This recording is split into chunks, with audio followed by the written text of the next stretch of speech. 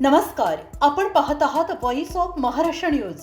पाहुयात काही ठळक आणि महत्त्वाच्या घडामोडी. देशातील वाढती महागाई, पेट्रोल डिझेलचे दर, बेरोजगारी आणि सर्वसामान्यांच्या खिशावर पडणारा ताण या सर्वच मुद्द्यांवर समाजसेविका संगीताताई तिवारी यांनी केंद्र सरकारवर जोरदार हल्लाबोल केलाय. दुसऱ्यांना शिकवायचं ब्रह्मज्ञान आणि स्वतः मात्र कोरडे पाषाण अशा शब्दात त्यांनी सरकारच्या आर्थिक धोरणांवर संताप व्यक्त केलाय. संगीताताई तिवारी यांनी म्हटलं आहे की एकीकडे पंतप्रधान नागरिकांना इंधन वाचवा, खर्च कमी करा, मेट्रोने प्रवास करा असे सल्ले देतात, पण दुसरीकडे सत्ताधारी नेते मात्र प्रायव्हेट जेट, मोठमोठ्या गाड्यांचे ताफे आणि आलिशान सुविधांचा वापर करताना दिसतात. मग काटकसर फक्त सामान्य जनतेनेच करायची आहे का, असा थेट सवाल त्यांनी उपस्थित केलाय. त्यांनी पुढे म्हटलंय, महागाईमुळे मध्यमवर्गीय आणि गरीब नागरिकांचे आर्थिक गणित कोलमडले आहे. घर चालवणे कठीण झाले असून रोजच्या गरजेच्या वस्तू सामान्यांच्या आवाक्याबाहेर गेल्या आहेत. अच्छे दिनचे स्वप्न फक्त आता घोषणांपुरतेच मर्यादित राहिल्याची टीका त्यांनी केली आहे. सत्ताधाऱ्यांनी जनतेला त्यागाचे धडे देण्याआधी स्वतःच्या खर्चावर नियंत्रण आणावे, अन्यथा जनतेचा रोष आणखीन तीव्र होईल असा इशारा संगीताताई तिवारी यांनी दिला आहे. आता या मुद्द्यावर राजकीय वर्तुळातून कोणती प्रतिक्रिया येते हे पाहणं महत्त्वाचं ठरणार आहे. व्हॉइस ऑफ महाराष्ट्र न्यूज चॅनेलसाठी बिरुची मुन्ना मुजावर यांचा विशेष रिपोर्ट. नमस्कार, मी पुण्यावरून संगीता तिवारी. दुसऱ्या शिकवी ब्रह्मज्ञान, आपण कोरडे पाषाण. आपल्या भारताचे पंतप्रधान माननीय नरेंद्र मोदी हे असेच दिसतात मला. कारण का, एक तर पहिलं देशाला पूर्ण आर्थिक संकटात नेलं. इतकं आर्थिक संकटात नेलंय की त्यांना आता आम्हाला सांगायची वेळ आले, 1 वर्ष सोनं खरेदी करू नका. कमाल आहे, 1 वर्ष सोनं खरेदी नका, पेट्रोल डिझेल जास्त वापरू नका, गाड्या बाहेर काढू नका, मेट्रो वापरा, सगळं मान्य, खाद्यतेल पण नका वापरू जास्त. मग काय पाण्यात फोडणी द्यायची? पाण्यात फोडणी द्यायची का? ही वेळ कोणी आणली? तुमच्या सरकारने आणली आहे. आज तुम्ही वर्क फ्रॉम होम म्हणतायत, ठीक आहे ना, ज्यांच्याकडे लॅपटॉप आहेत, मोबाईल आहेत, त्याच्यावर ते बसून ते काम करू शकतील. मोबाईल तर होणारच नाही, लॅपटॉप लागतोच. पण बाकीचं कसं होणार? रिक्षावाला पकडा, रिक्षावाले, हॉटेलमधले वेटर्स म्हणा, ते काय ऑनलाईन काम करणार आहेत. आमच्या घरी झाडू पोछा करणाऱ्या येणाऱ्या बिचारा ताया, त्या तायांनी काय करायचं, ऑनलाईन झाडू पोछा मारायचा का? म्हणजे काय तुम्ही काय ठरवता? तुम्हाला कोण ते बोलायला सांगतं मला माहिती नाही, पण काही गोष्टी फार हास्यास्पद आहेत. मला एक सांगा, एखाद्या गरीबाच्या घरचं लग्न यावर्षी असेल, त्यांनी मोठे पैसे जमवून बिमवून केलं असेल, आणि आता तुम्ही म्हणता सोनं खरेदी करायचं नाही. म्हणजे अंध आणि मंद भक्त किती ऐकतात मला माहिती नाही, कारण का तुमचीच लोक अजूनही तुम्ही बोलल्यानंतरही पूर्ण 100, 40, 200, 400 गाड्या घेऊन फिरतायत. तुमचेच नेते, तुमचेच मंत्री, मग तुमचीच लोक तुमचं ऐकत नाहीये. मला आठवतंय, माझ्या मते 1962 वेळ असेल युद्धाची, त्यावेळेस आपल्या माननीय इंदिरा गांधी पंतप्रधान होत्या आणि त्यांनी त्या वेळेमध्ये स्वतःचे सोन्याचे दागिने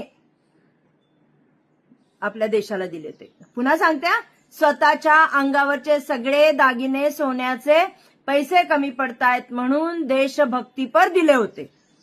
दुसरे पंतप्रधान होते लाल बहादूर शास्त्री, त्यांचे उदाहरण घ्या.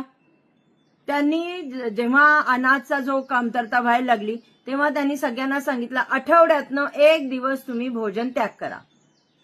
कंपल्सरी नव्हतं केलं, 1 दिवस भोजन त्याग करा, आणि लोकांनी केलं, आनंदाने केलं, कारण का स्वतः शास्त्रीजी करत होते.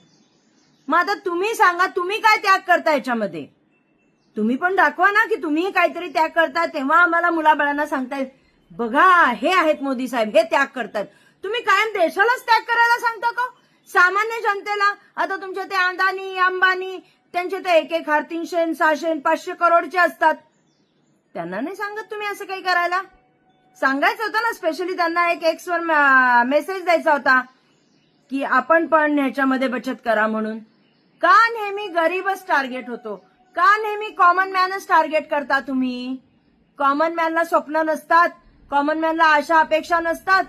आणि मला सांगा, एवढ्या भर उन्हामध्ये कॉमन मॅननी जिथे मेट्रो नाहीये तिथं काय सायकलवर जायचं? कमाल करताय तुम्ही. पेट्रोल डिझेल ऑलरेडी युद्ध नसतानाही महाग होतं. युद्ध चालू नव्हतं तेव्हाही पेट्रोल डिझेल आपण महाग केलंय आपल्या सरकारच्या कृपेनी. आणि आता तुम्ही सांगताय की पेट्रोल डिझेलची कमतरता युद्धामुळे आपल्याला देता येणार नाही, तर पेट्रोल डिझेल खाद्यतेल मग काय करायचं? कढई गॅसवर ठेवायची आणि असं असं शिंपडायचं का पाणीमध्ये फोडणी द्यायची? एकदा नुसतं लाडक्या बहिणींना तुम्ही जे पैसे उधळताय ना, देताय ना, त्याच्याऐवजी सामान्य जनतेला मदत करायची होती हो, गरीब जनतेला मदत करायची होती. आज तुम्ही कफल्लक झाला नसतात. तुमची ही भाषणं तुमच्या ह्या ज्यात आम्हाला त्याग करायला सांगताय किंवा आम्हाला सोडायला सांगताय किंवा आम्हाला सोनं खरेदी करायचं नाही, मग पहिले तुम्ही मंगळसूत्र आमची ढापली हो. मंगळसूत्रांतर आता डायरेक्ट सोन्यावर आला बाबा, की आता सोनंच खरेदी करू नका. मला एक कॉमन सेन्स आहे, सांगा, जे माझा व्हिडिओ ऐकतात ते सांगा, सोन्याच्या दुकानात फक्त सोनार असतो का त्या दुकानावर अवलंबून त्यांचे कामगार असतात, त्यांचा स्टाफ असतो, बाहेरून येणारी लोक असतात जे तिथे बसून मेहनत करतात. मग त्या लोकांनी काय घरी जायचं? त्यांची कुटुंब रस्त्यावर आणायची? ऑप्शन पण द्या ना. जर तुम्ही सांगताय सोनं घ्यायला नाही गेलं तर त्या कामगारांना काम नाही मिळणार, मग त्या कामगारांनी कुठं जायचं? सांगा ना. वर्क फ्रॉम होम म्हणताय तुम्ही, बाहेर निघू नका, गाड्या चालू नका. प्रत्येक सामान्य से सामान्य जर कारागीर असला तरी त्याच्याकडे एक टू व्हीलर असते, कारण का पुण्यात एक एक घर आणि जिथे धंदा आहे किंवा जिथे दुकान आहे किंवा जिथे फॅक्टरी तिथे जायला त्यांना वेळ लागतो ना. गाडी तर लागतेच ना. गाडी नसेल तर ओला उबेरनी जात असतील. मेट्रो सगळीकडे नाहीये ना शेठ, मेट्रो सगळीकडे नाहीये. जिथं मेट्रो आहे तिथं ठीक आहे. गावखेड्यामध्ये काय करणार हो? गावखेड्यामध्ये सराफाची दुकानं नाही आहेत का? मग त्या सराफांनी काय करायचं? बोंबा मारत बसायचा म्हणजे? आणि तुमचे ते अंधन बंद हो, मोदी साहेबांनी सांगितलंय असं करायचं. अहो ठीक आहे, तुमचं घर भरलेलं आहे, तुमच्या घरात किलो किलोनी सोनं असेल, पण ज्या गरीबाला फक्त लग्नामध्ये 1 तोळा सोनं आणायचं असतं आपल्या सुनेला, आपल्या लेकीला द्यायला, त्यांनी काय करायचं? मग तुम्ही देता का फ्री त्यांना? देऊन टाकावं ना. खरंच काहीही मतलब या मोदी सरकारला काही देणं घेणं नाहीये. आधीच सांगितलं होतं राहुल गांधींनी की आपला देश मोठ्या आर्थिक संकटातनं जाणार आहे. ह्याच्या आधी आर्थिक संकट आलं होतं, पण पंतप्रधान मनमोहन सिंग यांनी आपल्याला एवढीशी पण जाणीव करून दिली नाही की आर्थिक ह्याच्यात टंचाई चालू आहे, आपल्याला प्रॉब्लेम आहेत, काही आहेत. त्यांनी बरोबर त्यांचा अभ्यासू वृत्ती, त्यांचा स्टॅटिस्टिक लावून, त्यांची गणितं लावून त्यांनी सगळं व्यवस्थित केलं होतं. भारतीयांना अजिबात मंदीची चाहूल लागली दिली नव्हती. पण या बाबांच्या बरोबर जेवढ्या कठपुतळ्या आहेत त्यांनी पूर्ण भारताचं आर्थिक बोजवारा उठून टाकलेला आहे. आणि आता आपल्यालाच सांगतात सॅक्रिफाईस करा. वा रे वा मोदी.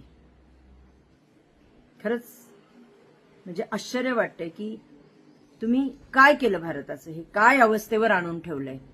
म्हणजे थोड्या दिवसांना खुदाना खास्ता असं न हो जाय की आपण पाकिस्तानच्या लाईनीत जाऊन बसायला. 500-600 रुपयांनी पेट्रोल डिझेल. मोदी साहेब काहीतरी चांगला निर्णय घ्या, अभ्यासू लोकांबरोबर बसा, त्यांचे निर्णय ऐका आर्थिक याच्या बाबतीमध्ये आणि भारताला वाचवा. कारण का तुम्ही पंतप्रधान आहे, आम्ही तुम्हालाच सांगू शकतो की खरंच. आणि आमची आम सामान्य जनतेला जास्त टोचण्या देऊ नका. कॉमन मॅन एकदा चिडला ना मग तो कुणाच्या बापाचा नसतो. त्या कॉमन मॅनची एक सहनशीलता असते, ती संपू नका.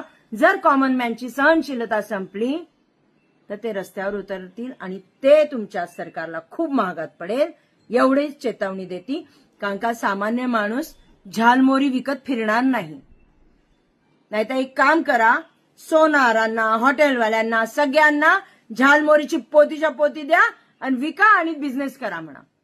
मग आम्ही चला झालमोरी बेचो असं करू. तेव्हा लवकरात लवकर आपले बंद असलेले डोळे उघडा आणि सामान्य माणसाला न्याय द्या, एवढीच आपल्याकडनं अपेक्षा आहे. जय हिंद, जय महाराष्ट्र, जय भारत.